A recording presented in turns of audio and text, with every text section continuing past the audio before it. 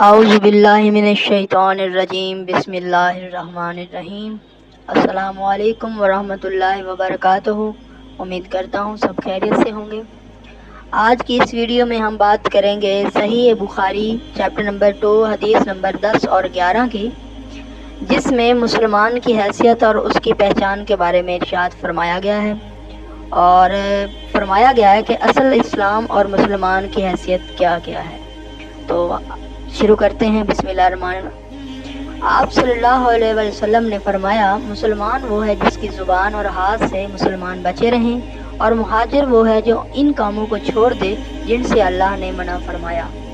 ابو عبداللہ امام بخاری نے فرمایا اور ابو معاویہ نے کہ ہم کو حدیث بیان کی داؤد بن ابی ہند نے، انہوں نے روایت کی عامر شعبی سے، انہوں نے کہا کہ میں نے سنا عبداللہ بن عمرو بن عاص سے، وہ حدیث بیان کرتے ہیں۔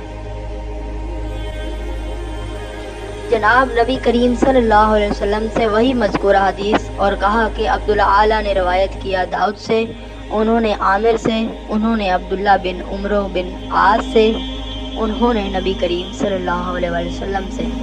تو اس حدیث میں مسلمان کی پہچان بتائی گئی ہے کہ جس کے ہاتھ اور زبان سے دوسرے مسلمان محفوظ رہیں۔ آگے حدیث نمبر 11 ہے۔ لوگوں نے پوچھا، یا رسول اللہ صلی اللہ علیہ وسلم، کون سا اسلام افضل ہے؟